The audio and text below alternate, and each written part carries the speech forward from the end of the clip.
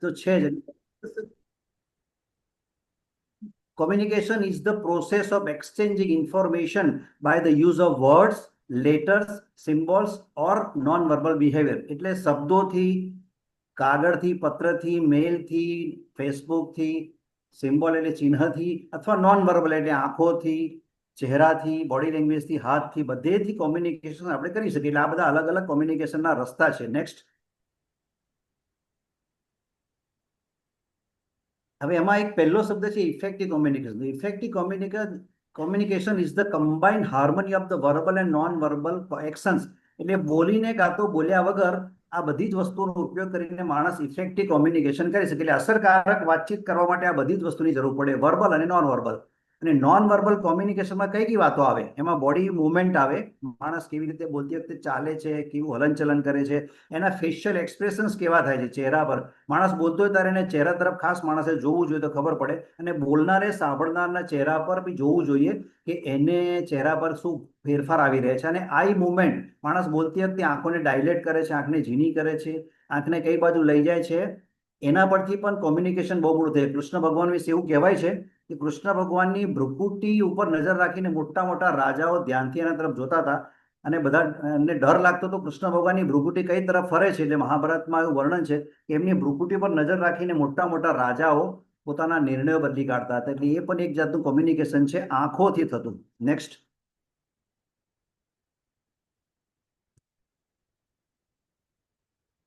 હવે આપણે જે વાત કરતા હતા હમણાં, communication gap. It's the biggest problem. The base of majority of the problems today is the lack of communication skills. માણસને વાતચીત કરતા ના આવડતું હોય, બોલતા ના આવડતું હોય, સાંભળતા ના આવડતું હોય, તો એમાંથી મોટા ભાગના દેશના, દુનિયાના, ઘરના, કુટુંબના, પડોશીઓના, બધાના, મા બાપના, છોકરાને બાપ વચ્ચે, સાસુને વહુ વચ્ચે, દેરાની જેઠાની વચ્ચે, આ બધાના વચ્ચે, બે મોટા મોટા દેશ વચ્ચે પણ કોમ્યુનિકેશન ગેપ થાય. એને લીધે બધા ઘણા બધા મોટા મોટા પ્રોબ્લેમ થતા હોય છે. અને એમાં એક વાક્ય બહુ અગત્યનું છે, what not to speak is more important than what to speak. શું ના બોલવું તે વધારે અગત્યનું છે શું બોલવું એના કરતા. કેટલીક વાર શું ના બોલવું, ના બોલવાનું બોલી જવાય તો વધારે મોટા પ્રોબ્લેમ થતા. દાખલા તરીકે મહાભારતની અંદર દ્રૌપદી એકવાર એક એવું શબ્દ, એવું વાક્ય બોલી જાય છે કે આંધળાના બધા આંધળા. એટલે આંધળાના બધા આંધળા, આ એક જ વાક્ય ઉપર આ મહાભારતનું બહુ મોટું યુદ્ધ કરવાની જરૂરિયાત પડી, ફરજ પડી ગઈ. અને વર્ડ્સ હેવ મેજિક પાવર. શબ્દોમાં બહુ જ જાદુઈ તાકાત છે. Use it. એ શબ્દોની જાદુઈ તાકાતનો ઉપયોગ કરી રહ્યો એવું મોટા લોકો કહે છે. Don't misuse it. અને communication means to express, to speak, to say. આ ત્રણ શબ્દો વાપર્યા છે. ટુ એક્સપ્રેસ, પોતાની વિચારોને, પોતાની ભાવનાઓને એક્સપ્રેસ કરવી. ટુ સ્પીક અને ટુ સે. આ સ્પીક અને સે શબ્દ જુદા છે. સ્પીક એટલે બોલવું અને સે એટલે કહેવું. ઘણી વાર માણસ બોલે ખરો પણ કહેતો ના હોય. એટલે સ્પીક અને સે બંને વસ્તુ અગત્યની છે બોલવામાં. એટલે two express, to speak, to સે carefully and to listen carefully. અને એવી જ રીતે સાંભળવાનું પણ બહુ કેરફુલી માણસે કરવું પડે. એટલે આપણે જે બોડી લેંગ્વેજની વાત કરતા હતા એમાં કઈ કઈ વાતો? એમાં ફેશિયલ એક્સપ્રેશન આવે, આઈ કોન્ટેક્ટ આવે, પ્યુપિલ ડાયલેશન આવે, ગેસ્ચર્સ આવે, પોસ્ચર્સ આવે, બોડી લેંગ્વેજ આવે, પ્રોક્સિમિટી એટલે નિકટતા કે નજીકતા કે ટચ. માણસને નજીક જઈને અડકીને પણ કેટલીક વાર વાત કરવી પડે. એટલે માણસ કેટલો નજીક જાય છે, કેટલા જરૂરિયાત છે નજીક જવાની, એ બધી જ વસ્તુ કોમ્યુનિકેશનમાં કામની છે. Most of our communication is known verbal. મોટે ભાગે આપણા કોમ્યુનિકેશનમાં નોન વર્બલ કોમ્યુનિકેશન વધારે થતા હોય છે. which is missing in emails, tweets, WhatsApp, blogs and Facebook. આ બધાની અંદર આ મિસિંગ છે. શું મિસિંગ છે? તો નોન વર્બલ કોમ્યુનિકેશન મિસિંગ છે. કારણ કે માણસની સામે હોતો નથી. એટલે એક સરસ મજાની શાયરી એક શાયરે લખી છે, આંસુઓના પડે પ્રતિબિંબ એવા દર્પણ ક્યાં છે. આંસુઓના પડે પ્રતિબિંબ એવા દર્પણ ક્યાં છે, કે કહ્યા વિનાય સઘળું સમજે એવા દર્પણ, એવા સગપણ ક્યાં છે.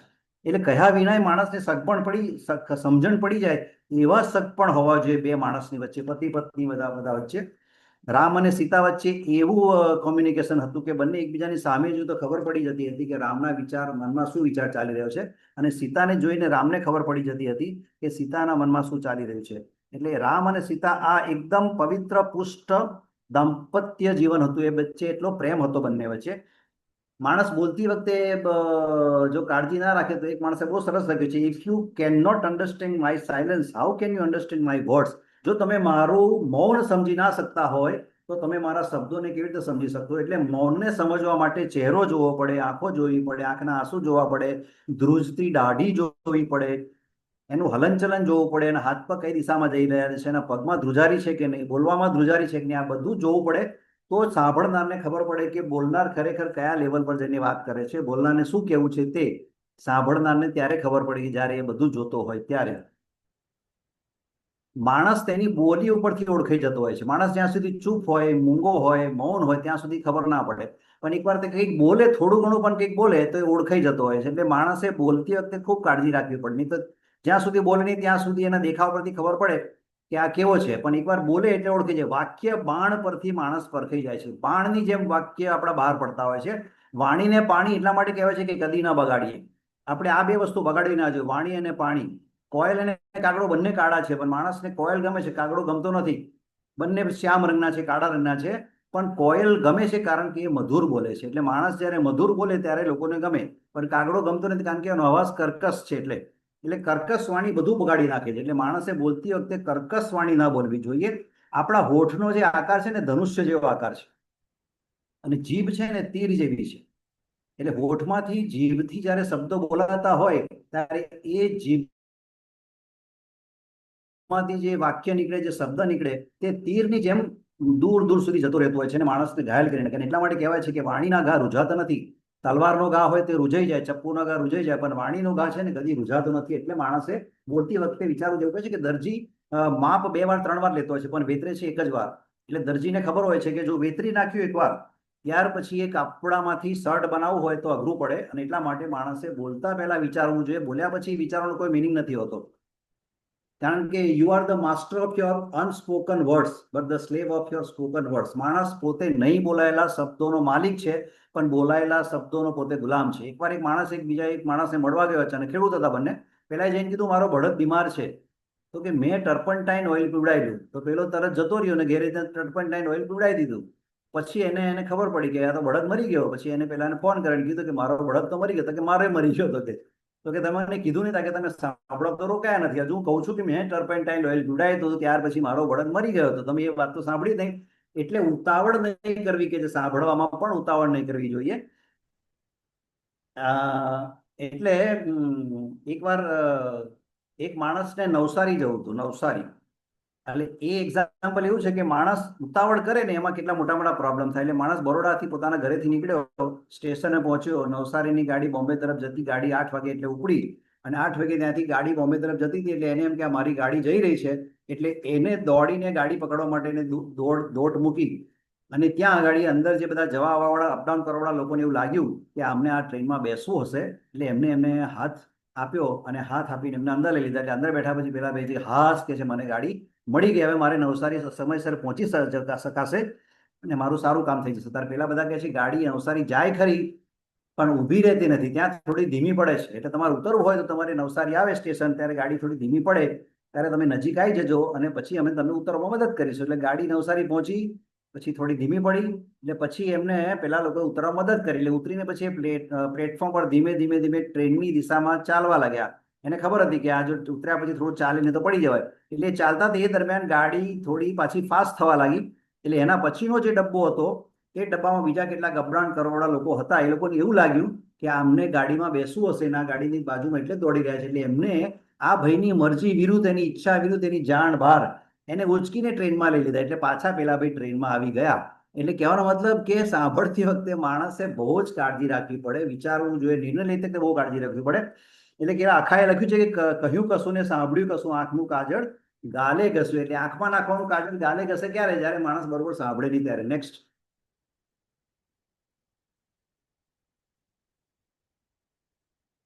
At the right place, at the right time, in the right way, in the right words, to the right person, in the right proportion, right message should be delivered. એટલે કે ચોક્કસ સ્થળે, ચોક્કસ સમયે, ચોક્કસ રીતે, ચોક્કસ શબ્દોમાં, નક્કી કરેલા માણસને નક્કી કરેલા પ્રમાણમાં નક્કી કરેલો સંદેશો આપે તારે એ બરોબર કામ કર્યું કહેવાય. Message should reach to the exact destination intact and in depth. Exact જગ્યા પર વસ્તુ એક્ઝેક્ટ માત્રામાં પહોંચવી જોઈએ. એટલે be precise and concise if required. There are in general 10 points for effective listening અને બટ ઓનલી 3 પોઈન્ટ્સ પર ઇફેક્ટિવ છે. બોલવા માટે ફક્ત અગત્યના 3 જ મુદ્દા છે, પણ સાંભળવા માટે 10 મુદ્દા જનરલી વપરાય છે. એ ધ્યાનમાં રાખવા પડે તો જ માણસ બરોબર સાંભળ્યું એવું કહેવાય. શું બોલવું એના કરતા શું ના બોલવું વધારે અગત્યનું છે. એકવાર એક દેડકો હતો ને, એ દેડકો 4 ફૂટ કૂદકો મારતો હતો. પછી બધા એ સાયન્ટિસ્ટ લોકો ભેગા થયા હશે, તે લોકો એનો એક પગ કાપી નાખ્યો, પછી બોલ્યા જમ્પ, તો દેડકો એને 3 ફીટ કૂદ્યો. પછી એક બીજો પગ કાપીને કીધું કે જમ્પ, તો 2 જ ફૂટ કૂદ્યો. પછી ફરી એને ત્રીજો પગ કાપીને કીધું કે જમ્પ, તો 1 જ ફૂટ કૂદ્યો. અને પછી ચોથો પગ કાપી લીધો, અને પછી આ લોકોએ જમ્પ કીધું, 4-5 વાર જમ્પ કીધું, પણ દેડકો કૂદ્યો નહીં. તો એ લોકોએ છેલ્લે કન્ક્લુઝન શું લખ્યું કે દેડકાના 4 પગ કાપી નાખવાથી દેડકો બેરો થઈ જાય છે. પણ ખરેખર દેડકો બેરો થાય ને, એના પગ જ નથી તો કૂદે કેવી રીતે? એટલે નિર્ણય લેવો આ બહુ મોટું સાયન્સ છે. 4 પગ કાપવાથી દેડકો બેરો નથી થતો, પણ પગ વગર માણસ કૂદે જ કેવી રીતે? એટલે શ્રોતા થવું બહુ અઘરું કામ છે. કદાચ એવું કહેવાય છે કે 10,000 લોકો હોય એમાંથી એકાદ માણસ વક્તા થઈ શકે. વક્તા થવું બહુ અઘરું છે, પણ શ્રોતા તો થાય એમ. શ્રોતા, યોગ્ય શ્રોતા નોર્મલી બહુ ઓછા હોય છે. કેવી રીતે સાંભળવું, શું સાંભળવું, કેટલું સાંભળવું, કોનું સાંભળવું, જે એને ખબર પડે એને શ્રોતા કહેવાય. નહીં તો શ્રોતા મોટે ભાગે સાંભળવા જાય ત્યારે શ્રોતા હોય, સુઈ જાય એમ. એટલે જે માણસ સાંભળતી વખતે ઉન્મત્ત થઈને સાંભળે છે, ખુરશી પર પગ લાંબાટાટ્યા કરીને બેસે છે, મોઢામાં સિગરેટ લઈને સાંભળતો હોય છે, એના માટે એવું કહેવાય છે કે બીજા જન્મમાં એ ઝેરનું વૃક્ષ થાય. આ બધા શાસ્ત્રોમાં લખેલી વાતો છે. એટલે માણસે વિવેકથી, નમ્રતાપૂર્વક સાંભળવું જોઈએ. સાંભળનારમાં ગુણ હોવા જોઈએ. અને બીજું, શ્રદ્ધા અને ભક્તિથી સાંભળવું જોઈએ. સાંભળતી વખતે શ્રદ્ધા ભક્તિપૂર્વક સાંભળવું જોઈએ. અને કોઈ માણસ સાંભળતી વખતે સૂઈ જાય તો એ બીજા જન્મમાં એ અજગર થાય. એટલે મતલબ કે સાંભળનારે કેટલી કાળજી રાખવી જોઈએ. કેટલાક લોકો સિલેક્ટિવ લિસનિંગ કરે છે. સાંભળવા જાય ખરા, પણ સિલેક્ટિવ કરે. એટલે એમાંથી આખા કલાકના પ્રવચનમાંથી 2 કે 3 કે 4 વાતો જેને ગમી હોય એને એવું લાગે કે આ જ સાચી વાત છે, બાકી બધું સાચું નથી. અને એટલે ઓપન માઇન્ડથી સાંભળવું જોઈએ. સાંભળતી વખતે માણસનું માઇન્ડ ઓપન હોવું જોઈએ. એટલે લિસનિંગના કયા 10 મુદ્દા છે આપણે જોઈએ. નેક્સ્ટ. એટલે એકચ્યુઅલી કોમ્યુનિકેશનની અંદર 5 મુદ્દા હોય છે. એક તો પહેલામાં પહેલું એક સેન્ડર આવે, કોમ્યુનિકેશન બોલનાર કરવા વાળો સેન્ડર. ત્યાર પછી શું મેસેજ છે તે મહત્વનું છે. પછી કઈ ચેનલથી મેસેજ આપણે આપવાના છે તે, અને સાંભળનાર કોણ છે તે રિસીવર.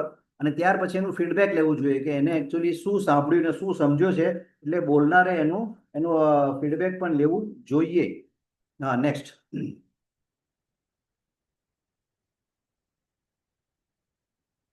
કોમ્યુનિકેશનમાં એક લખ્યું છે find out what your listener want. સાંભળનારને શું જોઈએ છે તે બોલનારને ખબર હોવી જોઈએ.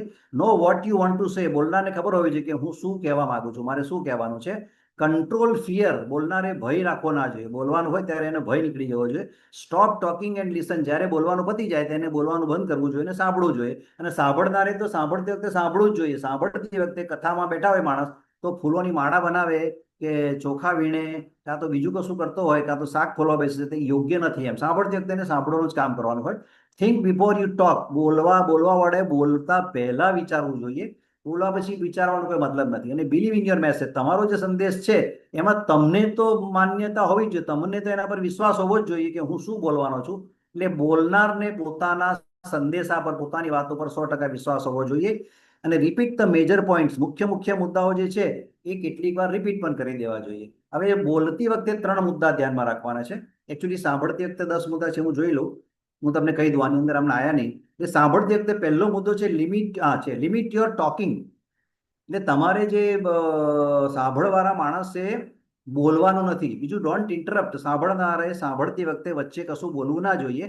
પછી ત્રીજું છે listen the ideas and not just the word. શબ્દો સાંભળવા નથી, પણ એનો આઈડિયા સાંભળવાનો છે. એને શું કહેવાનું છે, એનો ગુઢાર્થ અને ભાવાર્થ સાંભળવાનો છે. React to the ideas, not to the persons. જ્યારે સાંભળવા બેઠા હોઈએ તો વ્યક્તિ સાથે આપણે મતભેદ થઈ શકે, પણ મનભેદ ના થવો જોઈએ. એટલે એના આઈડિયાને ઉપર રિએક્ટ કરી શકાય કે તમારો આ વિચાર મને યોગ્ય નથી લાગતો. Little bit of interactions are required. સાંભળતી વખતે જરૂર લાગે તો થોડું ઘણું ઇન્ટરેક્શન્સ મારે કરવું જોઈએ માણસે. Don't jump to the conclusions. એકદમ નિર્ણય પર કૂદકો ના મારવો જોઈએ. ધીમે ધીમે વિચારપૂર્વક કન્ક્લુઝન લેવું જોઈએ સાંભળનારે. If relevant take notes. જરૂર લાગે તો માણસે મુદ્દા થોડાક લખી લેવા જોઈએ. અને આસ્ક ક્વેશ્ચન્સ. જરૂર લાગે તો પ્રશ્નો પૂછવા જોઈએ. અને 9મું છે લિસન્સ વિથ કોન્સન્ટ્રેશન. ધ્યાનપૂર્વક સાંભળવું જોઈએ. અને 10મું છે લિસન વિથ રિસેપ્ટિવિટી. એટલે સાંભળતી વખતે માણસે સંવેદનશીલ થઈને ઓપન માઇન્ડથી બધું સાંભળવું જોઈએ. અને ત્યાર પછી એના પછીનું નેક્સ્ટ. એટલે સ્પીકિંગ અથવા સેઇંગ એટલે બોલવું અને કહેવું. એમાં 3 મુદ્દા છે. પહેલું છે meaning of the word is not in the word but it is in the mind of the people. શબ્દનો અર્થ માણસના શબ્દોનો અર્થ શબ્દમાં નથી હોતો પણ માણસોના દિમાગમાં હોય છે. એટલે સાંભળનારના દિમાગ પ્રમાણે આપણા શબ્દોનો અર્થ લોકો નીકાળતા હોય છે. એટલે શબ્દોનો અર્થ શબ્દમાં હોતો જ નથી. પણ ધારો કે 50 જણ સાંભળવા બેઠા હોય ને તે 50માંથી બધા અલગ અલગ અલગ એનો મિનિંગ લઈને જાય. એકવાર એક સભામાં એક હોલમાં બધા 100 માણસ બેઠા હતા, બોલનાર માણસ આવું વાક્ય બોલો કે આ સભામાં આ હોલમાં 50% લોકો મૂર્ખા બેઠા છે. તો બધા જ વિરોધ કરવા લાગ્યા. એટલે કે તમે કહેવા શું માંગો છો? કે હું એવું બોલ્યો કે 50% મૂર્ખા છે, તો બધા વિરોધ કેમ કરો છો? હું તમારા બધાની જ વાત નથી કરતો. 50% લોકો મૂર્ખા છે એટલે 50 તો ડાયા છે પાછા. તો તમે જો ડાયામાં હોય તો તમારે મારો વિરોધ ના કરવો જોઈએ. અને બીજો બોલવા બાબતમાં સ્પીકિંગમાં મહત્વનો મુદ્દો છે, કોમ્યુનિકેશન ઇઝ નેવર પરફેક્ટ. ગમે તેટલી કોશિશ કરીએ પણ કોમ્યુનિકેશન પરફેક્ટ થતું નથી. એમાં કઈ ને કઈ થોડી ઘણી પણ તો અધૂરપ રહી જાય છે. અને બીજું કોમ્યુનિકેશન ઇઝ ઇરિવર્સિબલ. એ પાછું વાળી શકાતું નથી. એટલા માટે બોલતી વખતે કાળજી રાખવી જોઈએ. નેક્સ્ટ. હા, એવું કે છે કે સાચું બોલો, સ્પીક ટ્રુથ સ્વીટ વે. સાચું બોલો પણ મીઠું લાગે એવી રીતે બોલો. એવું ન કે દરેક વખતે સત્ય કડવું જોઈએ તેવું જરૂરી નથી. એમ ઘણા માણસો કે સત્ય તો કડવું જોઈએ ને, અમે તો કહી જ દઈએ, અમે તો ચોખ્ખું સંભળાવી દઈએ, અમે તો ચોપડાવી દઈએ. પણ દરેક વખતે સાચું બોલવા માટે એને કડવાહટ લેવાની જરૂરત નથી. It is necessary that truth is always it is not necessary that truth is always bitter. દરેક વખતે કંઈ બોલવાનું કડવાહટ ભરેલું ના હોય. Speak for welfare, speak for progress and speak for development. એટલે કલ્યાણ માટે બોલો, પ્રગતિ માટે બોલો અને વિકાસ માટે બોલો. આ ત્રણ વસ્તુ માટે માણસે બોલવું જોઈએ. માણસે મળતા રહેવું જોઈએ અને ફરતા રહેવું જોઈએ. જીવનમાં વિકાસ કરવો હોય તો મળતા રહેવાનું અને ફરતા રહેવાનું. અને બીજું શું છે કે એક માણસ એક જગ્યા પર નોકરી કરતો હતો, અને એ નોકરીની અંદર એને ધીમે ધીમે અંદર હોલમાં ગયા પછી અંદર કોલ્ડ સ્ટોરેજમાં નોકરી હતી. અને કોલ્ડ સ્ટોરેજની બહાર એક વોચમેન બેઠો હોય, એને જતી વખતે ગુડ મોર્નિંગ કહે અને નોકરીથી ઘરે જતી વખતે ગુડ ઇવનિંગ કાં તો ગુડ નાઇટ કહીને જાય. હવે એક દિવસ એવું થયું કે એ માણસ અંદર ગયો ત્યારે ગુડ મોર્નિંગ કહ્યો હતો, કહીને ગયો હતો. પણ પાછળથી નીકળતી વખતે એ અંદર નીકળી નતો, કારણ કે કોઈ કારણસર બીજા કોઈ માણસે દરવાજો બહારથી બંધ કરી દીધો અને પેલો માણસ કોલ્ડ સ્ટોરેજમાં અંદર કેદ થઈ ગયો. અંદરથી દરવાજો ખુલે એવો નહીં હતો. પરિસ્થિતિ શું થઈ કે એ માણસ અંદર ને અંદર રહી જાય તો મરી જ જાય. પણ બહાર જે વોચમેન હતો એના મગજમાં કંઈક વિચાર આવ્યો કે મને સવારે જે ભાઈએ ગુડ મોર્નિંગ કીધું એને મને સાંજે ગુડ નાઇટ કે ગુડ ઇવનિંગ કીધું નથી. એટલે એને તપાસ કરવા માંડે, એને આમ તેમ બધું દોડાદોડી કરવા માંડી. બધાને પૂછ્યું કે આજે સાંજે જતી વખતે આ ભાઈ બહાર નીકળ્યા નથી કદાચ. એટલે પછી બહારથી માણસે દરવાજો ખોલ્યો ને એ માણસ અંદર જ હતો. એને બહાર લઈ આવ્યા અને બહાર એકદમ શ્વાસ બધો ગભરાઈ ગયો હતો. પણ કહેવાનો મતલબ કે જ્યારે એને આ એક નાનકડી ટેવ હતી ગુડ મોર્નિંગ અને ગુડ ઇવનિંગ કહેવાની, એને લીધે એની જિંદગી બચી ગઈ. એટલે માણસે બોલતા રહેવું જોઈએ, ફરતા રહેવું જોઈએ અને મળતા રહેવું જોઈએ. બહુ જ ફાયદા છે માણસને મળતા રહેવામાં, બોલતા રહેવામાં, ફરતા રહેવામાં. આપણને હવે આમાં લખ્યું છે કે નેગેટિવ કોમ્યુનિકેશનની અંદર 4-5 આપે. ઇનઇફેક્ટિવ કોમ્યુનિકેશન હોય, રોંગ કોમ્યુનિકેશન હોય, મિસઇન્ટરપ્રિટેડ કોમ્યુનિકેશન હોય અને મિસલીડેડ કોમ્યુનિકેશન. આ બધું નેગેટિવ છે. જ્યારે પોઝિટિવ કેવું હોય? સિમ્પેથેટિક કોમ્યુનિકેશન એટલે સહાનુભૂતિપૂર્વક વાતચીત થાય. પછી એમ્પેથેટિક કોમ્યુનિકેશન એટલે સમાનુભૂતિ હોય બંનેની, બોલનાર સાંભળનારની, સમાનુભૂતિપૂર્વક સાંભળવાનું. ઇફેક્ટિવ કોમ્યુનિકેશન એટલે અસરકારક વાતચીત કરવી. પરફેક્ટ કોમ્યુનિકેશન એટલે પૂર્ણ કોમ્યુનિકેશન, જે હોતું જ નથી. પેરેલલ કોમ્યુનિકેશન એટલે સમાંતર, બોલનાર અને સાંભળનાર બંનેનું ઈગો લેવલ, બંનેનું બુદ્ધિનું લેવલ, બંનેની સમજનું લેવલ સરખું થાય એવી રીતે કોમ્યુનિકેશન થાય ત્યારે પેરેલલ કોમ્યુનિકેશન કહેવાય. અને પેરેલલ કોમ્યુનિકેશનનું સારામાં સારું એક્ઝામ્પલ કૃષ્ણ ભગવાનની ગીતા છે તે છે. કૃષ્ણ ભગવાને અર્જુનને ગીતા કીધી ને, that is the best example of parallel communication. કારણ કે કૃષ્ણ ભગવાનને જે કહેવું હતું તે સમજણ તે જ લેવલ પર ને તે જ અર્થમાં અર્જુનને વાત ખબર પડી ગઈ. અને તેથી આજે આટલા બધા વર્ષો સુધી એ શાસ્ત્રો શોક આખા વિશ્વમાં પહોંચી ગયા. પછી કમ્પ્લીટ કોમ્યુનિકેશન હોય અને ઇન્ટિગ્રેટેડ કોમ્યુનિકેશન. આ બધા પોઝિટિવ કોમ્યુનિકેશન છે. Next. Don't interrupt, listen carefully the whole concept. સાંભળતી વખતે માણસે આખો કોન્સેપ્ટ સાંભળવો જોઈએ, વચ્ચે બોલવું ના. If you interrupt it may hurt the ego of the speaker.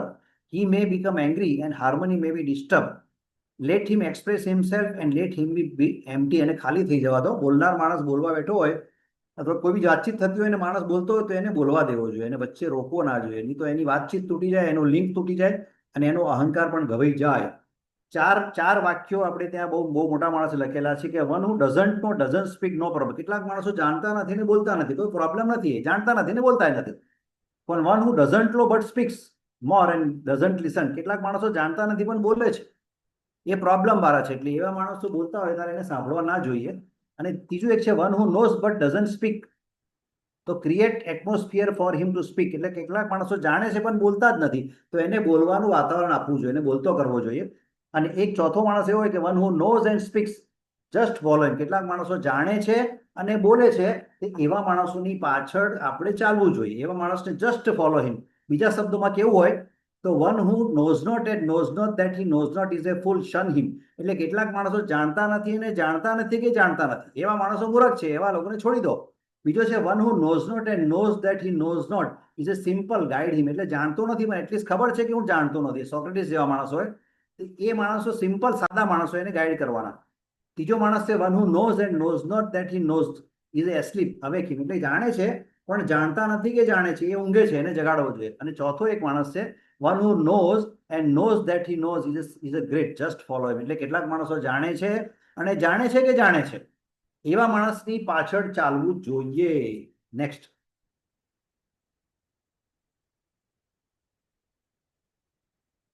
People are not difficult. ઘણી વાર આપણે શું કહીએ માણસો બહુ મુશ્કેલ છે, એની સાથે વાતચીત કરવી, એની સાથે ચલાવવું બહુ અઘરું છે, પણ ખરેખર માણસો ડિફિકલ્ટ નથી. They only seem difficult to the extent that we do not have the skills to deal with that what they bring to the table. એટલે આપણી સામે કઈ વસ્તુ લઈને આવ્યો છે તેને કેવી રીતે ડીલ કરવાની તે આપણને ન ફાવતું હોય તો આપણને એ માણસ અઘરો લાગે. It is our lack of knowledge that max the situation difficult. આપણું નોલેજ ઓછું છે એટલા માટે આ સિચ્યુએશન ડિફિકલ્ટ થઈ જાય, બાકી સિચ્યુએશનમાં કે માણસમાં પ્રોબ્લેમો બહુ હોતા નથી. નેક્સ્ટ. એકવાર આપણા કંઈક ભારત અને ચાઇના વચ્ચે કંઈક યુદ્ધ હતું ને યુદ્ધ દરમિયાન પેલા ટેલિગ્રામ ને એ બધી રીતે મેસેજ આવતા હતા, ફોન નહીં હોય ત્યારે, ને ટેલિગ્રામમાં ને એકદમ શોર્ટ મેસેજ આવે, અને મેસેજ આવ્યો હતો કે રોકો કોમા મત જાને દો, મતલબ કે ત્યાં આગળ જ્યાં જવાનું ત્યાં રસ્તામાં બહુ બધા દારૂગોળા જમીનમાં સંતાડેલા હતા, ને એટલા માટે મેસેજ એવો આવ્યો કે આ લોકોને રોકો કોમા મત જાને દો, કારણ કે ત્યાં જશે તો બધા મરી જશે. અને મેસેજમાં ગડબડ ક્યાં થઈ ગઈ કે રોકો મત પછી કોમા આવી ગયો અને જાને દો આવી ગયો, એટલે આ લોકોને મેસેજ એવો મળ્યો કે એમને રોકશો નહીં, જવા દો.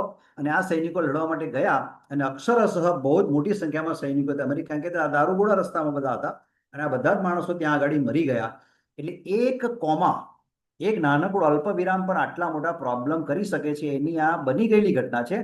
અને માણસ બોલતી વખતે એકચ્યુઅલી એવું છે કે શબ્દો કરતા એના ટોનથી કોમ્યુનિકેશન વધારે થતું હોય છે. એટલે દાખલા તરીકે માણસ કે ગમે તે લઈ લો તમે એવું નહીં, અને ગમે તે લો એમ, આ બેની અંદર બહુ મોટો મિનિંગમાં ફરક પડે. કોઈ માણસ આપણને કે આવો તો આપણને સારું લાગે ને, ભાઈ આવો એવું બોલે તો કેટલું ખરાબ લાગે. એને સાંભળતી વખતે ખબર પડી કે આપણને આ ટોન્ટમાં બોલાવે છે એમ. કોઈ વાર આપણને કહેતો હોય કે કેમ છો, તો સારું લાગે આપણને, એમ કેમ છો, તો સાંભળનાર માણસને ખબર પડી જાય કે આ મને સરકાસ્ટિકલી બોલે છે. એકવાર એક પતિને એવી શંકા ગઈ હતી કે મારા પત્નીને કાનમાં બહેરાશ થતી જાય છે, એને સંભળાતું ઓછું લાગે છે, એટલે એના એક ફ્રેન્ડ ડોક્ટર હતો કાનનો, એને ફોન કર્યો કે મને એવું લાગે છે કે મારા વાઈફને કાનમાં થોડી તકલીફ છે, સંભળાતું ઓછું લાગે છે, કે તમે એને લઈ આવજો, પણ હમણાં એક નાનો પ્રયોગ કરો તો ઘરની બહાર તમે બહાર જઈને બૂમ પાડીને બહારથી કહેજો એમ કે કઈ બી એક મોટી વસ્તુ કહેજો, એટલે એને સંભળાય છે નહીં જોવાનું, પછી એ જ વસ્તુ ડ્રોઈંગ રૂમમાં જઈને કહેજો, એ જ વસ્તુ પછી અંદર જઈને રસોડામાં કહેજો.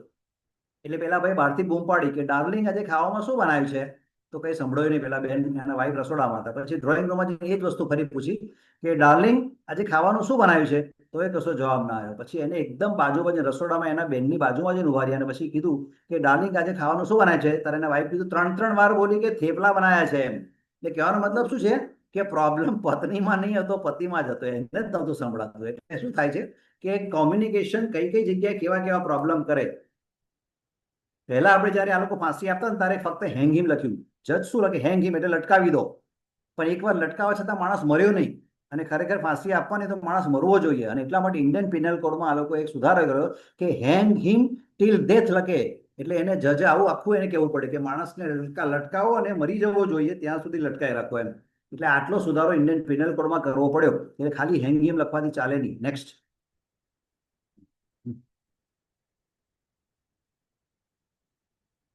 હા, એટલે આપણે વાત કરતા little bit of interactions are required, એટલે સાંભળતી વખતે વાતચીત કરતી વખતે જરૂર લાગે તો માણસે કંઈ ને કંઈ બોલતા રહેવું પડે. ભાઈ yes I C, I understand your point of view, okay okay okay, very good, you are right sir, very correct. જ્યાં આપણે એ બધું પોસિબલ નથી, પણ સાંભળનાર વ્યક્તિએ વચ્ચે વચ્ચે થોડા ઘણા પર ઇન્ટરેક્શન આપવા પડે. બી એ નર્સરિંગ લિસનર, નોટ ક્રિટિકલ. ક્રિટિકલ થવાનું જરૂર નથી. સાંભળતી વખતે નર્સરિંગ એટલે એને બોલનારને મદદરૂપ થાય તેવી રીતે સાંભળવું જોઈએ. મેન્ટેન આઈ કોન્ટેક્ટ, બોલનારને સાંભળનારનો આઈ કોન્ટેક્ટ રહેવો જોઈએ, એકબીજાની સામે જોઈને બોલવું જોઈએ. ઓપન માઇન્ડેડનેસ, માણસે ખુલ્લું મન રાખીને સાંભળવું જોઈએ. Let him feel your presence, સાંભળનારનું અસ્તિત્વ, સાંભળનારની પ્રેઝન્સ બોલનારને લાગવી જોઈએ કે સાંભળનાર અહીં બેઠેલો છે, ખાલી ફિઝિકલી નહીં, ઇમોશનલી, સાયકોલોજીકલી અહીં બેઠેલો છે, અહીંયા એવું ખબર પડી જોઈએ. Next.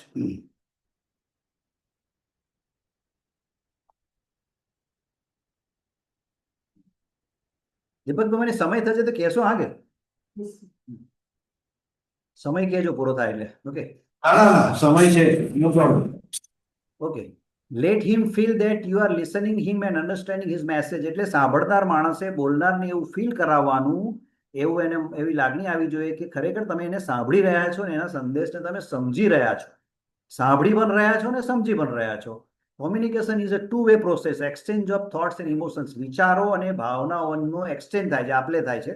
Exchange of intelligence discussion, ક્યારે સંવાદ કોને કહેવાય કે જ્યારે માણસના બુદ્ધિ તત્વની આપલે થતી હોય એને ડિસ્કશન કહેવાય. અને exchange of ignorance is argument, માણસના અજ્ઞાનની આપણે થવા લાગે ત્યારે એને આર્ગ્યુમેન્ટ. મોટે ભાગે માણસો ડિસ્કશન નથી કરતા, આર્ગ્યુમેન્ટ કરવા લાગી જાય છે. એટલે તું ખોટો છે, હું સાચો છું, પણ ખરેખર તું પણ સાચો હોઈ શકે ને હું પણ સાચો હોઈ શકું, બંને જણ સાચા હોઈ શકે, એવી રીતે વાતચીત થવી જોઈએ. નેક્સ્ટ.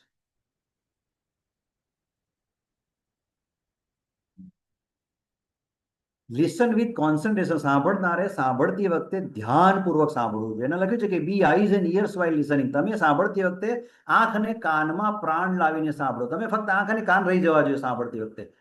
બીજું બધી ઇન્દ્રિયો લગભગ શું છે કે કામમાં નથી એવી થઈ જવી જોઈએ. માણસ આમ શાંતિથી બેઠો હોય, આંખ અને કાન ખુલ્લા રાખીને સાંભળતો હોય, આંખ પણ ખુલ્લા અને કાન પણ ખુલ્લા રાખવાના. હાફ માઇન્ડ હોય, એંગેજ માઇન્ડ હોય, પ્રી ઓક્યુપાઇડ માઇન્ડ હોય, it is not good for listener. સાંભળતી વખતે માણસ અડધા મગજથી સાંભળે, મગજ બીજે કઈ થતું હોય, અહીંયા અહીં બેઠેલો હોય પણ એના એની અંદર બીજા જ કઈ બટાટા બફાતા હોય, અને અહીંયા પછી કઈ જવાનું છે, હમણાં હું ક્યાંથી આવ્યો અને મારે શું કામ બાકી રહી ગયા, આજે શું કરવાનું રહી ગયું, આ બધી વાતો ચાલતી હોય. પ્રી ઓક્યુપાઇડ માઇન્ડ હોય એ બધું ના ચાલે.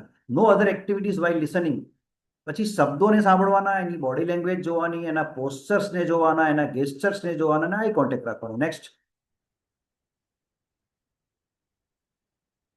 લિસન વિથ રિસેપ્ટિવિટી, એટલે માણસ છે ને સાંભળતી વખતે રિસેપ્ટિવ હોવો જોઈએ, એ બધું સ્વીકારવાની પોઝિશનમાં હોવા જોઈએ. Open mindedness, free from prejudices, opinions and beliefs, પોતાની માન્યતાઓ, પોતાના પૂર્વગ્રહો, પોતાનું બધું મતાંતરોને રાખીને માણસ સાંભળતો હોય તો સાંભળતી વખતે સાંભળતાને શું કહ્યું છે તે બહુ ખ્યાલ ના આવે. કારણ કે સાંભળતી વખતે માણસ નોર્મલી શું હોય કે સાંભળતો હોય ત્યારે એવું વિચારતો કે આના પછી મારે શું બોલવાનું છે. સાંભળતી વખતે માણસ સાંભળતો જ નથી, આનું પૂરું થાય એટલે મારે શું કહેવાનું છે એના મગજમાં ચાલતું હોય, અને ખુલ્લું મન રાખીને ના સાંભળતું હોય. એ ઓલરેડી શું હોય કે એના માણસને 9 ગ્રહો નડે છે એવું નહીં, પણ પૂર્વગ્રહો, મતાગ્રહો, હઠાગ્રહો પણ નડે છે. એમ એક સ્કૂલમાં એક ટીચરને આવીને બોલવાની ટેવ હતી, ઓપન યોર બુક્સ, પણ બીજા એક ટીચરને બોલવાનું શું હતું, ઓપન યોર માઇન્ડ. ચોપડીઓ જ ખોલો એવું નહીં, એ કહેતા તમારું માઇન્ડ પણ ખુલ્લું રાખીને બેસો, અહીંયા ક્લાસમાં આવ્યા છો તો ચોપડી પણ ખુલ્લી રાખો ને મન પણ ખુલ્લું રાખીને સાંભળજો. એમ ઓનેસ્ટ લિસનિંગ એટલે પ્રમાણિકતાપૂર્વક સાંભળવાનું. સાંભળતી વખતે માણસ પ્રમાણિક હોવો જોઈએ, honest. Ask open ended question, જો પ્રશ્ન પૂછવાનો પ્રસંગ આવે તો એવા પ્રશ્નો પૂછવા જોઈએ કે જવાબ આપનારને જવાબ આપી શકે. ક્લોઝ એન્ડેડ ક્વેશ્ચન ના જાય, કારણ કે સવાલમાં જ કેટલીક માણસ ઘણી વાર સવાલ જ એટલો લાંબો પૂછે કે 5-10 મિનિટ સુધી સવાલ જ ચાલે, અથવા સવાલમાં જ કેટલી બધી વાતો હોય જ્યારે જવાબ આપવાવાળાને જવાબ આપી જ ના શકે એના પર. અને ક્લોઝ એન્ડેડ પ્રશ્નો હોય, કેટલાકના પ્રશ્નમાં જવાબ એનો આવી જતો હોય, બોલનારના પ્રશ્નમાં જવાબ પણ આવી જતો હોય, એટલે એવા પ્રશ્નો કોઈ મિનિંગ નથી. એકવાર એક જગ્યા પર બધા બેઠા હતા ને તો એક માણસે હાથ ઊંચો કર્યો હતો. કેમ હાથ ઊંચો કર્યો? કે હું એમબીએ થયો કે છે. તમે ક્યારે એમબીએ કર્યું? કે એમબીએ એટલે મને બધું આવડે, પણ એવું શક્ય નથી, બધાને બધું આવડતું ના હોય. ને બીજા બધા જે બેઠા હતા એ બધા કે બધા બીબીએ છે, કે બીબીએ શું થાય કે બધાને બધું આવડે, પણ એવું શક્ય નથી, બધાને બધું આવડે નહીં. એમએબીએફ શબ્દ કોઈ માણસ લખે તો કે આ એમએબીએફ કઈ ડિગ્રી હતા કે મેટ્રિક એપિયર્ડ બટ ફેલ, મેટ્રિકની પરીક્ષા આપશે પણ નપાસ થયો છે. એક માણસે એમએ લખ્યું ઘરના બહારના નામ, કે આ કયું છે કે માસ્ટર ઓફ આર્ટ્સ, કે ના આ તો મેરિડ અગેન છે. એમ પછી પાછું બીએ પર લખ્યું 2 દિવસ પછી, કે બીએ શું છે કે બેચલર અગેન. એમ એટલે માણસો પોતપોતાની રીતે શબ્દો બનાવે છે અને શબ્દોના મિનિંગ પોતાની રીતે ઘરની અંદર ઘણા માણસો રહેતા હોય છે. Mind is like a parachute, it works only when open. આપણું જે દિમાગ છે ને, આપણું મન એ પેરાસૂટ જેવું છે, એ ખુલ્લું હોય તો જ કામનું. પેરાસૂટ ખોલે નહીં તો માણસને મતલબ જ નથી. પેરાસૂટ લઈને માણસ ભૂસકો મારે ને પેરાસૂટ ખુલે જ નહીં તો એ મરી જ જવાનો છે. એટલે માઇન્ડ પર પેરાશૂટ જેવું છે એને ખુલ્લું રાખવું જોઈએ. અને મન ક્યારે ખુલ્લું રહે છે? જ્યારે માણસ હસે છે, પ્રાર્થના કરે છે, ધ્યાન કરે છે, ત્યારે એ મન ખુલ્લું થતું હોય છે, એની રિસેપ્ટિવિટી વધી જાય છે. અને એટલા માણસ હસતો માણસ રહે ને જીવનમાં, ત્યારે એ રિલેક્સ પણ હોય છે અને માઇન્ડ ઓપન પણ હોય છે. Next,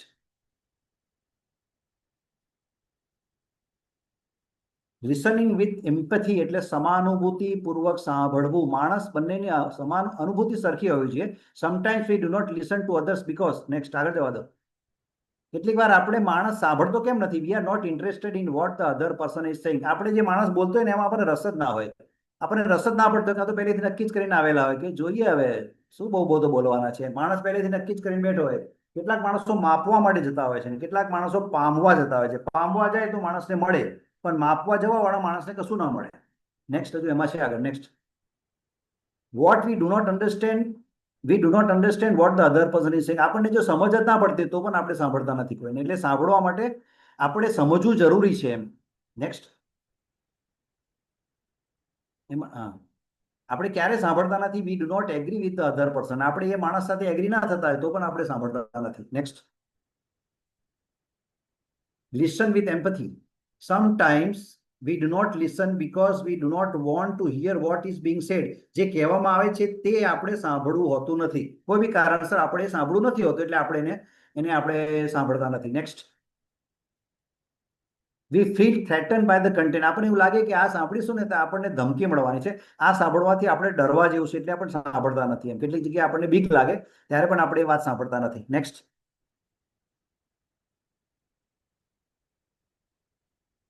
we cannot believe that an unlikable person has something to say that is worth considering. આપણે ઘણીવાર એવું માનવા તૈયાર નથી હોતા કે અનલાઇકેબલ પર્સન, આપણને માણસ ગમતો નથી એટલે આપણે એને માનતા નથી. અને એટલા માટે એની વાત સારી હોય તો પણ આપણે એને સમજવા માટે કે સાંભળવા તૈયાર થતા નહીં. આપણને માણસ ગમતો નથી હોતો એમ. એટલે માણસ ના ગમે એટલે એનો સંદેશો પણ આપણને સાંભળવો ગમતો નથી. હા હા. નેક્સ્ટ, એટલે major areas of non verbal behaviours are. એટલે આપણને નોન વર્બલ કોમ્યુનિકેશનમાં કઈ કઈ વાતો આવે? એટલે પેલું આઈ કોન્ટેક્ટ આવે, આંખોથી નજરથી નજરને મિલાવીને વાત કરવાની. ફેશિયલ એક્સપ્રેશન્સ, માણસ બોલતી વખતે એના ચહેરાના હાવભાવ આપણે સાંભળનારે જોવા જોઈએ કે આ બોલે છે ત્યારે એના ચહેરાના ભાવો કેવા છે, કેવા બદલાઈ રહેલા છે. ગુસ્સો છે, શું છે આખો ચહેરા પર? હાસ્ય છે, ચહેરા પર પ્રસન્નતા છે કે ક્રોધ છે? આ બધા ફેશિયલ એક્સપ્રેશન્સ જોવા જોઈએ. અને ગેસ્ચર્સ પણ જોવા જોઈએ કે એના હાથ ને પગ એ કેવું ગેસ્ચર્સ કરી રહેલા છે તે પણ એને જોવું જોઈએ સાંભળનાર માણસે આ બધું. આપણે સાંભળતી વખતે કેમ વધારે કાળજી રાખવાની? કારણ કે આપણને ભગવાને બે કાન આપેલા છે, મોઢું એક જ આપ્યું. એટલા માટે કાન બે હોવાને કારણે આપણે સાંભળવું વધારે જોઈએ, બોલવું ઓછું જોઈએ. સાંભળવામાં વધારે ફાયદા છે. ગુડ લિસનર જે માણસ થાય ને, good listener is always well learned. જે વધારે સાંભળે છે, વધારે લોકોને સાંભળે છે, વધારે જ્ઞાની થાય છે, વધારે વાંચવા કરતા. Nature has intended us to listen twice as much as we speak. આપણે બોલીએ એના કરતા વધારે આપણે સાંભળીએ. એટલા માટે આપણને કુદરતે બે કાન આપ્યા છે, બે આંખો આપી છે, એટલે જોવું પણ વધારે જોઈએ, સાંભળવું પણ વધારે જોઈએ, રાધર દેન બોલવા કરતા. Next, nature has intended us to listen twice as much as we speak.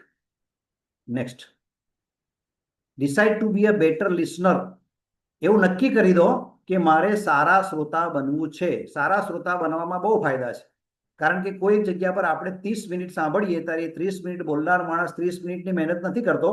એની આગળના 30 કલાક એની મહેનત કરી હોય, કાં તો 30 મહિના મહેનત કરી હોય, કાં તો 30 વર્ષ સુધી મહેનત કરી હોય, ત્યારે એ માણસ એના 30 મિનિટ આપણી સામે બોલતો હોય છે.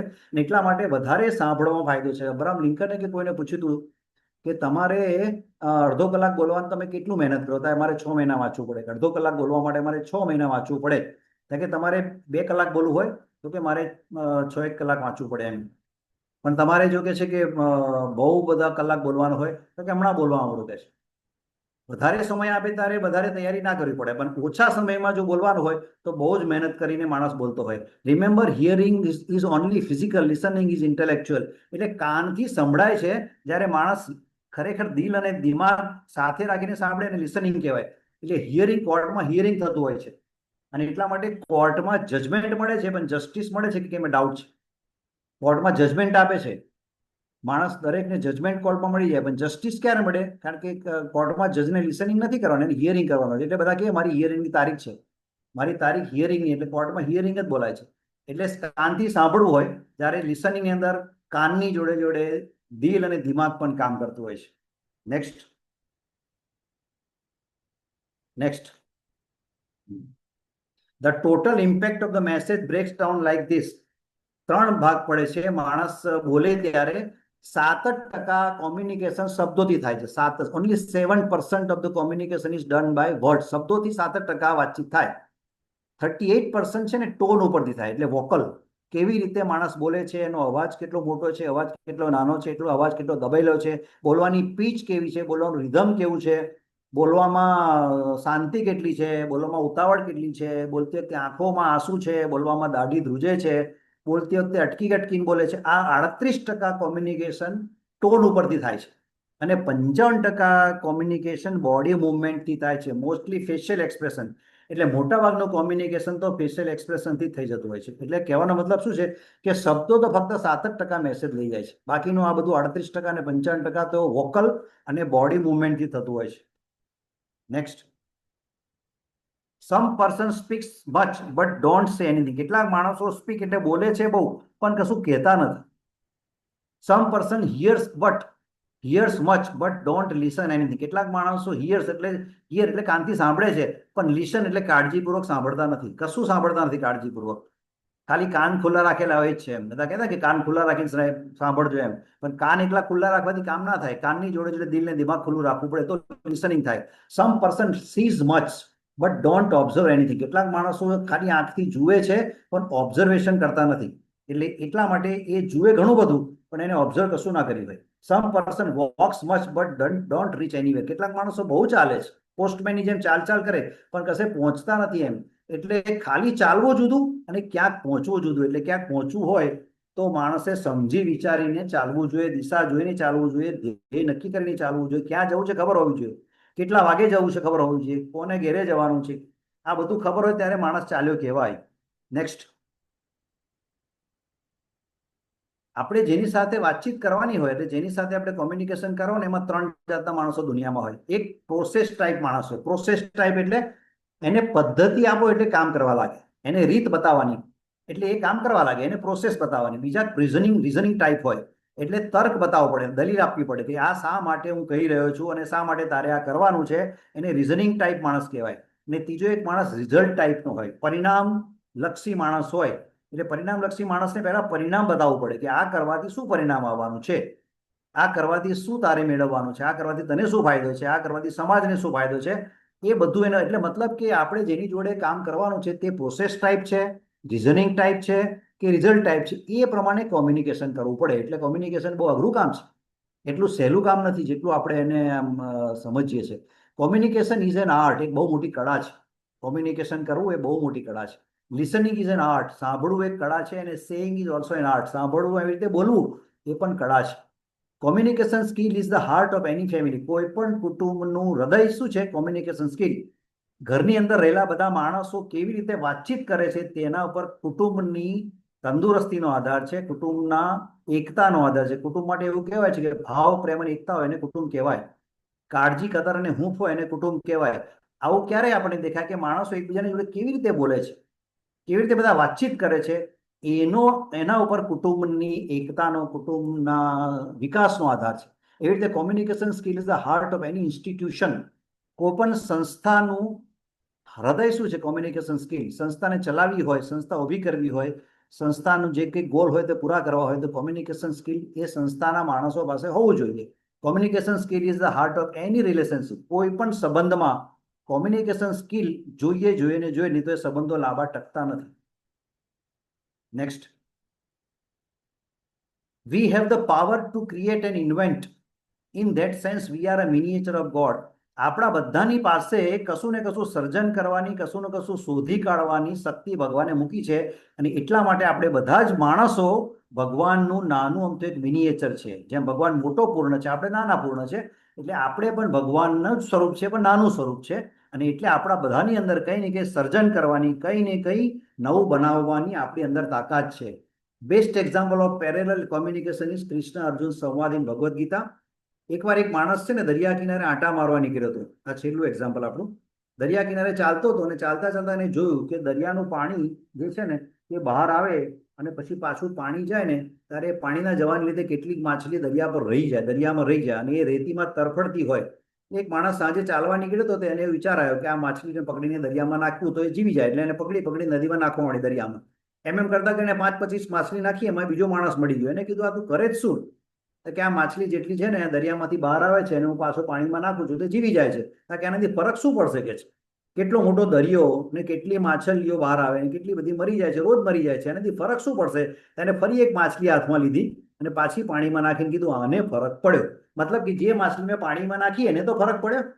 એવી રીતે એક માણસ, એક કુટુંબ, એક સોસાયટી, એક શહેર અથવા એક દેશ, એમાં પણ થોડો ઘણો પણ જો ફરક પડી શકતો હોય આપણાથી તો એને આપણે કહેવાય કે આને ફરક પડ્યો. બાકી આખી દુનિયામાં ફરક પડશે એ માટે આપણે કંઈ એના માટે કશું કરી શકતા નથી એમ. કેટલાક માણસો મનથી ગરીબ હોય. મનથી ગરીબ એટલે કેવા હોય કે પોતાના દુઃખે દુઃખી હોય અને બીજાના સુખથી દુઃખી હોય એમ. આ મનની ગરીબાઈ છે, આને દૂર કરવાની કોશિશ માણસે કોમ્યુનિકેશન દ્વારા કરવી જોઈએ. અને બીજું, કેટલાક માણસો બુદ્ધિથી ગરીબ હોય.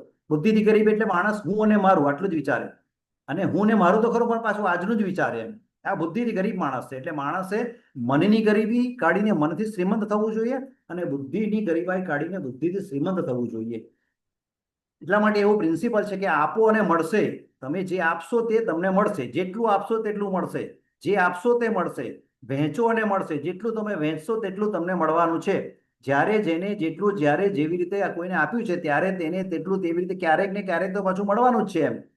એકવાર એક બસમાં એક માણસ કંડક્ટર ટિકિટ લેવા આવ્યો કોઈની પાસે, કોઈની પાસે છૂટા નતા. એટલે પહેલા કીધું ટિકિટ માટે છૂટા જોઈશે? તો કે મારા પાસે છૂટા નથી, 5ની નોટ છે, 70 પૈસા ટિકિટ હતી, બહુ પહેલાની વાત છે. તો કે છૂટા ના હોય તો ઉતરી જાઓ બસમાંથી, મારી બસમાં છૂટા વગર આવવાનું નહીં. એટલે ભાઈની બાજુમાં એક બીજો માણસ સમજુ હતો, એને કીધું એક કામ કરો, મને બંનેની 2 ટિકિટ આપો, મારી પાસે છૂટા છે, તમે 2 ટિકિટ આપી દો. એટલે એને 2 ટિકિટ આપી દીધી અને પછી વાત ત્યાં પૂરી થઈ ગઈ. તો પેલા ભાઈએ કીધું કે તમે મને ટિકિટ કાઢી, મારે તમારા પૈસા પાછા આપવા માટે તમારે ઘેર આવવું હોય તો મને સરનામું આપો, ફોન નંબર આપો, તમારે પાછા આપું કોઈ વાર આવું તો. કારણ કે એ બધું મોંઘું પડશે કે તમે આવો ને એ બધું, એના કરતા રવા દો ને કે 70 પૈસામાં શું લેવું દેવું છે, 1 રૂપિયો છે કે 2 રૂપિયા છે.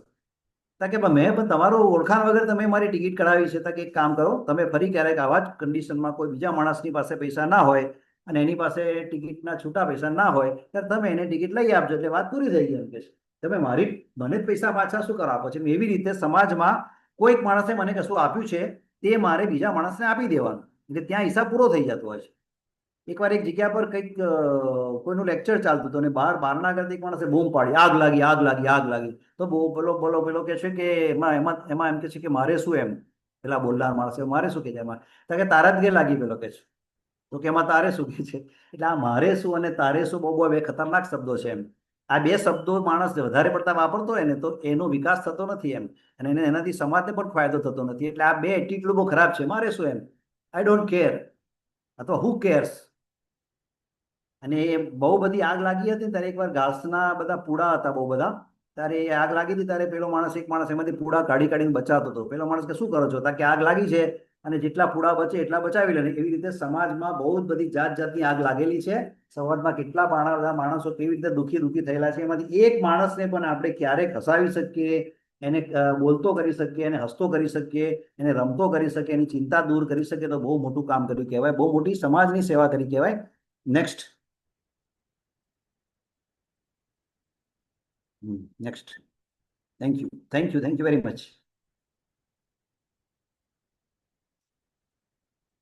Okay, okay. કોઈને કઈ ક્વેશ્ચન હોય, you can ask questions, raise hand, I'll allow you to speak. તમારામાંથી કોઈને, there are people, there are young students who are sitting here and they are basically keen that when they appear for the interview નું જ્યારે એ appear કરતા હોય છે ત્યારે what kind of care they should take when they are communicating about their skill, when they are communicating about themselves. બરાબર. એટલે interview આપતી વખતે શું કાળજી રાખવાની તે? Correct. એટલે ઇન્ટરવ્યુમાં આમાં શું છે કે ઘણીવાર એક માણસ ઇન્ટરવ્યુ લેતો, ઘણીવાર 2-3-4 જણા બેઠેલા હોય પેનલમાં ઇન્ટરવ્યુ લેનાર, અને માણસ ઇન્ટરવ્યુ આપવા જાય ને તો એની પૂર્વ તૈયારી રૂપે એને બધું જ જાણીને જવું પડે. પહેલી વાત તો કે ઇન્ટરવ્યુ આપવા કઈ જગ્યાએ જઈ રહેલો છે, પેનલમાં કોણ કોણ કદાચ બેસવાના જ ખબર હોય તો એ જાણી લેવું જોઈએ, અને કઈ ટાઈપના પ્રશ્નો નોર્મલ કોર્સમાં આ જગ્યા પર પૂછાતા હોય છે, અને બીજું એ આ જગ્યા પર નોકરી કરવા જાય છે તો એની શું અપેક્ષા છે આ જગ્યા પર, અને આ જગ્યા જ્યાં નોકરી કરવાનો છે ત્યાં શું કામ થઈ રહ્યું, દાખલા તરીકે ઇન્ડસ્ટ્રી હોય તો ત્યાં શું બની રહ્યું છે, ઇન્ડસ્ટ્રીનો શું હિસ્ટ્રી છે, અને એની શું એચિવમેન્ટ છે, અને એનું હાયરકી શું છે, એમાં કેવી રીતે બધા કામો ચાલે છે, અને એની જે પોસ્ટ છે અને એનું શું રોલ રહેશે એના વિશે એને થોડું ખબર હોય તો એ આરામથી એ, અને પ્લસ બીજી બધી કેટલી કોમન સેન્સ, કોમન એટીટ્યુડ, આ બધી બાબતોની પણ આ લોકો બહુ કાળજીપૂર્વક, અને કયા કપડાં પહેરીને જવું જોઈએ, અને પ્લસ ત્યાં પણ આ કોમ્યુનિકેશન સ્કિલની તો બહુ મોટી જરૂરિયાત પડશે. શું પ્રશ્ન પૂછાઈ રહેલો છે, કયા રેફરન્સમાં પૂછાઈ રહેલો છે, પ્રશ્ન પૂછવા પાછળનો સાહેબનો શું હેતુ છે, અને એ શું અપેક્ષા રાખે છે આપણા કેન્ડિડેટ પાસેથી. એટલે આ બધું ઇટ્સ અ બિગ ટોપિક, જેની એને તૈયારી જ કરવી જ પડે એને, તો જ એ સફળતાપૂર્વક એ ઇન્ટરવ્યુ આપી શકે. એકચ્યુઅલી ક્વેશ્ચન્સ એવો છે કે હું મારી આવડત અને જે ખબર છે એને હું મેનિપ્યુલેટ કરું છું, કારણ કે ઇન્ટરવ્યુઅર મને ક્વેશ્ચન પૂછે તમને શું આવડે છે, એટલે હું કહી દઉં કે આ મને આવડે છે, અને એનું પ્રિપરેશન મારું બરાબર હોય હા તો વોટ વિલ બી ધી ઇમ્પ્લિકેશન્સ, એટલે શું થાય એમાં, એટલે એવું કરવું જોઈએ ના કરવું જોઈએ, એને પછી હું જોબ પર જાઉં એટલે હું એટલો જ છું, હોશિયાર જ છું, એટલે આઈ લર્ન, મને જે ખબર પડવાની છે એ તો આજે મને નથી આવડતું પણ I will go and learn at that place. હા, એટલે એનો એટીટ્યુડ એવો દેખાવો જોઈએ કે આ માણસને જે આવડે છે તે આવડે જ છે, પણ નથી આવડતું તે શીખવાની એની તૈયારી છે. તો ધેટ વર્ક્સ. હા, કારણ કે એટલો ઓપન માઇન્ડેડ છે કે એને કેટલીક વસ્તુ, બધી જ વસ્તુ, માણસ નોર્મલી શું છે કે પરીક્ષા આપનાર માણસ 35% પાસ થતો હોય છે, ને માણસ 50, 60, 70, 80% લાવેલો હોય, પણ 90% પણ લાવેલો હોય, પણ તો એ મતલબ એવો જ કે 70% પાસ થયેલા માણસને 70% જ પોતાનો કોર્સ ખબર છે, બાકીનું બધું તો આમે એને ખબર નથી. એટલે કેટલીક બાબત એવી હોવાની જ છે, અને કેટલુંક તો શું થાય છે કે એકચ્યુઅલી કોલેજમાં જે ભણતા હોય તેમાંનું ઘણું બધું ત્યાં કામ નથી પણ લાગતું એમ, કારણ કે ત્યાં નોર્મલી કોલેજોમાં ને બધી થિયરી ભણ્યા હોય છે, ત્યાં બધું પ્રેક્ટિકલ હોય, અને ત્યાં આગળ એવું કહે છે કે આઈક્યુ અને ઇક્યુમાં ઇક્યુ વધારે ઇમ્પોર્ટન્સ છે. ઇન્ટેલિજન્ટ ક્વેશ્ચન માણસનું બહુ સારું હોય, પણ ઇક્યુ સારો ના હોય તો માણસ સફળ નથી થતો. ઇમોશનલ ક્વેશ્ચન એટલે કેવી રીતે ત્યાં સંબંધો બનાવવા, સંબંધો ઉભા કરવા, સંબંધોને ટકાવવા, આ બધી બાબતની પણ પરીક્ષા ઇન્ટરવ્યુ દરમિયાન માણસ પેલા ધારે તો પેનલમાં લઈ શકે છે લોકો. બરાબર ને? કોમ્યુનિકેશન કરીએ તો આપણે હંમેશા મીઠું બોલીએ અને બાળક ના સમજે તો હાર્શ કોમ્યુનિકેશન અને સ્વીટ કોમ્યુનિકેશન, હમ હમ હમ આ બંનેમાં હાઉ યુ ડિફરન્શિએટ કે. હા, એટલે પેરેન્ટ અવેરનેસના રેફરન્સમાં મને કે આ પ્રશ્ન છે, એટલે એવું કહેવાય છે કે બાળકો મા બાપ જે કહે છે તે નોર્મલી નથી કરતા, મા બાપ શું કરે છે તે પ્રમાણે કરે છે. એટલે શું થાય કે મોબાઈલ ના વાપરીશ એવું મા બાપ કહેતા હોય, પણ જો મા બાપ જ મોબાઈલ જોતા હોય તો બાળક પર એની ઝાઝી અસર થતી નથી. અને એટલા માટે પેરેન્ટિંગ, મા બાપે શું કેટલું હાર્શ થવું અને કેટલું નરમાસથી કામ લેવું, એનું બેલેન્સિંગ કરવું પડે. જરૂર પડે ત્યારે એને હાર્શ પણ થવું પડે, જરૂર પડે ત્યારે એને નર્વસથી પણ કામ કરવું પડે, પણ સમજાવટથી સમજાવીને જો બાળક સાથે કામ લેવામાં આવે તો એ વધારે સારું પરિણામ તો આપે જ છે. કારણ કે બાળક સમજે બી છે. એકવાર કોઈ હમણાં કંઈક એક્ઝામ્પલ મેં આપણા પેલા વિકાસ દિવ્ય કીર્તિને જ કોઈ પ્રશ્ન પૂછ્યો હતો, ત્યારે એને કીધું હતું કે છોકરાએ એના પપ્પાને કીધું કે મને આવો મોટો મોંઘો ફોન જોઈશે જ, મને આ ફોન વગર મને ચાલશે નહીં હવે. ત્યારે પછી એને 80,000નો ફોન લાવવાનું શક્ય નહીં હતું, એટલે મા બાપ પપ્પાએ એને બેસાડીને સમજાય કે જો ભાઈ મારો આટલો પગાર છે, એમાંથી આટલું લાઇટ બિલ છે, આટલો ખાવાનો ખર્ચો થાય છે, આપણો બીજો બધો ખર્ચો થાય છે, આ બધું કરતા આપણા ઘરના આટલા હપ્તા ચાલી રહેલા છે, અને એની અંદરથી આપણું આવી રીતનું બધું ચાલે છે, એમાંથી તું મને કે આમાંથી કયો ખર્ચો કાપવાથી આપણે આ 80,000 રૂપિયા આપણા ઘરમાંથી બાજુ પર કાઢી શકીએ એમ છે. એટલે પછી એને વાંધો નથી આવતો. છોકરો જો સમજે, એટલે સમજે એવી ઉંમર થયો તો, એટલે શું છે કે અલગ અલગ ઉંમરે પણ મા બાપે અલગ અલગ રીતે ટેકલ કરવું પડે છે. કારણ કે બે વર્ષનું બાળક હોય ત્યારથી શરૂઆત થઈ, એવું કહેવાય છે કે જન્મના 1 વર્ષ પહેલા મા બાપે તૈયારી કરવી જોઈએ બાળકને કેવી રીતે ઉછેરવો. બાળકના જન્મના 1 વર્ષ પહેલા અભિમન્યુને ગર્ભની અંદર જ પેલા લડવાનું શિક્ષણ મળી ગયું હતું, એટલે ગર્ભમાંથી જ સંસ્કાર શિક્ષણ ચાલુ થઈ જતું હોય છે. ત્યાર પછી જન્મે એટલે 2 વર્ષે શું કાળજી રાખવાની, 10 વર્ષે શું કાળજી રાખવાની, ટીનેજર્સે શું કાળજી રાખવાની, ટીનેજર્સમાં 35 વર્ષનું બાળક થાય ત્યાં સુધી મા બાપે બાળકના ઉછેરમાં કાળજી રાખવી પડે છે, તો જ બાળક સારું થાય. બાકી ઘરમાં બગડેલું બાળકને ભગવાન પણ સુધારી શકતો નથી. આ ઘર બહુ મોટી પાઠશાળા છે, અને ઘણા બધા બાળકો બગડે એની અંદર પહેલું જ કારણ મા બાપ છે. પછી આવે એના બધા ઘરના બીજા વડીલો, મોટો ભાઈ હોય કે કાકા હોય કે દાદા હોય, પછી આવે પડોશી ને પછી આવે શિક્ષક, પછી આવે કાકા ને મામા ને બધા, એટલે પછી શિક્ષક આવે, અને ત્યાર પછી સમાજના બધા નેતાઓ, એ નેતાઓને જોઈને બાળક, અને જ્યારે બાળક આ બધું જોયા પછી ના બગડે તો જ ન હોય, કારણ કે પેપરમાં 90% સમાચાર ખરાબ આવે છે. એક જ નાનકડું લેખ, એ લીમડાની મીઠી ડાળ એક જ નાનકડું લેખ હોય, કાં તો કશું એવું સારું હોય. એટલે કહેવાનો મતલબ શું છે કે બાળકને સારો રાખવા માટે બહુ જ મોટી જવાબદારી મા બાપની ને શિક્ષકની છે એમ. Next. I think there are not many questions now. You answered most of them. અચ્છા અચ્છા અચ્છા. કમલેશભાઈના વક્તવ્યમાં everybody has seen that you can see the spirituality. ખૂબ જ્ઞાની અને વિદ્વાન માણસ છે, અને એમણે બહુ સહજ આપણને કોમ્યુનિકેશન સ્કિલ વિશે ઊંડાણપૂર્વક સમજ આપી. આમનું આ રેકોર્ડિંગ મારી પાસે છે, અને ફરીથી બી એકવાર તમે સાંભળવું હોય, ખાસ કરીને યંગ વિદ્યાર્થીઓને, કે જે લોકો જિંદગીમાં હજુ ઘણું બધું એચીવ કરવાનું છે, તે બધા લોકોએ આને બહુ ધ્યાનપૂર્વક સાંભળવું ખૂબ જરૂરી છે. તો આ અમે મારી દીકરી રોશનીની યાદમાં દર શનિવારે ફ્રીમાં અમે આજે સેટરડે ઇવનિંગ ટોક રાખીએ છીએ, જેમાં institution of engineers, computer society of India, architecture association, Baroda IT association, Baroda innovation council, Baroda productivity council, HR milestone અને જુનિયર ચેમ્બર, આ બધા જ ઓર્ગેનાઇઝેશનના મેમ્બર્સ અમને સહયોગ આપે છે. ઇન્વિટેશન બધા જ લોકોને જતું હોય છે, પણ આજે કોઈક કારણસર, because of certain issue with the system, તમારો પહેલો મેસેજ નથી ગયો. 1 કલાક પહેલાનો મેસેજ બધાને ગયો છે. અચ્છા અચ્છા. એક દિવસ પહેલાનો જે મેસેજ ઓટોમેટિકલી સિસ્ટમમાંથી જનરેટ થાય બરાબર. નથી, પણ અમારા બહુ બધા એટેન્ડીઝ કે જે લોકો રેગ્યુલરલી આ પ્રોગ્રામને વોચ કરે છે, આ પ્રોગ્રામ એટેન્ડ કરવાની ખાસિયત એ છે કે દરેક શનિવારે એટેન્ડ થવા માટે લિંક આ જ છે. You don't get a different link. A link ઉપર ક્લિક કરો એટલે ઓટોમેટિકલી તમે એ પ્રોગ્રામમાં જોઈન થઈ જાઓ. એટલે તમારે વિષય કે વક્તા જોયા વગર દર શનિવારે તમે જોઈન થાવ તો તમને કંઈક ને કંઈક નવું અને સારું જાણવા મળે. કમલેશભાઈ બહુ જ લર્નેડ અને બહુ જ સારા સ્પીકર છે, અને ઇન્ડસ્ટ્રીમાં the rate is very high, and irrespective of that, he has agreed to come over here and he delivered a free talk today. So we are grateful to him out of his busy schedule. બહુ જ વાંચવાના શોખીન છે, બહુ જ્ઞાની માણસ છે, અને આપણે એમના એ જ્ઞાનનો આજે 1 કલાકની અંદર મને લાગે છે કે એમણે દુનિયાભરની વસ્તુ અહીંયા આપણને પીરસી દીધી અને આપણને ઘણી બધી વસ્તુઓની સમજ આપી દીધી. સો કમલેશભાઈ, thank you very much for being with us on this Saturday evening talk and make our evening very memorable, and your words were precious.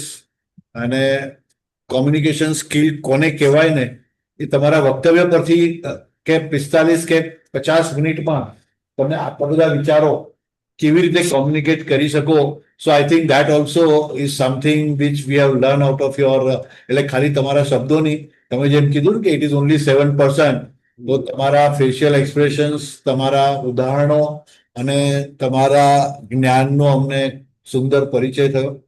તો આપનો ખૂબ ખૂબ આભાર for being with us, and I think that there is no more questions. So with this, I end this session. Thank you. Thank you very much.